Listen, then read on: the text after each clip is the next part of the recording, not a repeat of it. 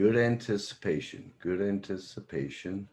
Try to, in your drawings, try to put a little bit more, as you see what I'm doing here, a little bit more anatomy into it. And that's all it is. I'm just going over yours, and right by me just putting in straighter lines right there, it gives it a little bit more anatomy and not so rubber hose. Does that make sense?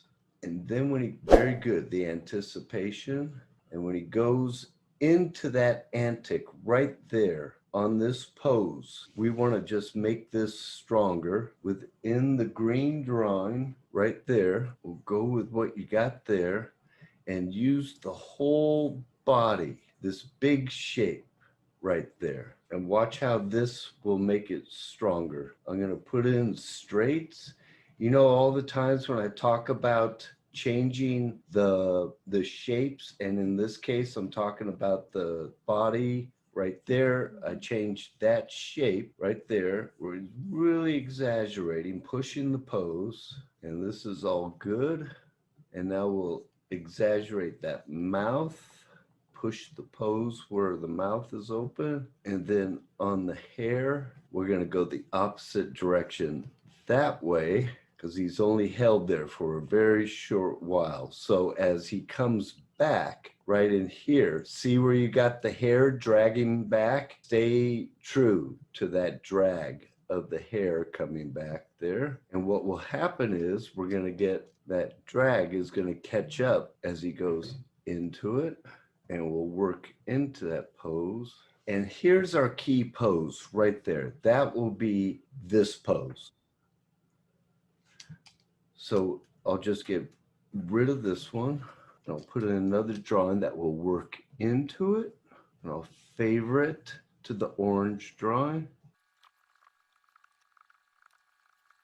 And this is just another drawing describing the action. And right here, we'll make his arms already straight. And now we'll take a look here. Okay, now what I got to do is I got to work on these arms that are working into this pose. And we're going to be truer to that key I made, meaning this drawing right there. And we'll just pop up into there. Have the shape of the sandwich, and then we'll just put in a little bit. We're going to be conscious of the volumes a little bit more, but a little more anatomy. And this part of the neck, that part of the neck won't pop out in that direction. It will just stay locked in to the upper torso. And then right in here, dude, again, your gesture is good. Understand that the gesture is good. We just want to make it these arms a little more anatomical. And that's where anatomy in animation doesn't mean that you're going to put in every muscle, you know, the bicep and all that. It's just simplified. And then on this one, what I'll do with the sandwich or the piece of meat, I'm going to just in between it to where it flows in there a little bit better.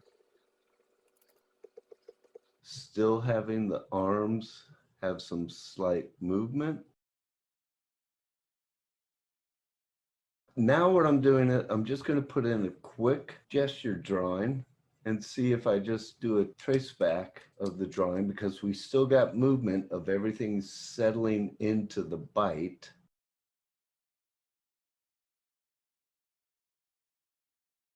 Maybe at this point, because I can see the hands is pulling out there, we'll leave it loose for the scratch test. And here we can put in a smear drawing, a slight smear we'll put in there.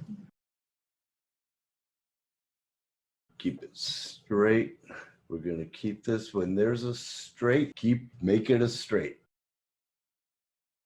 Okay, let's take a look at this section. Okay, can you see how it makes it a little bit stronger? And that's it. So that's what you do. You did your first test, your first pass, then you go back into it. Remember, just keep those shapes anatomically more correct. Push your poses.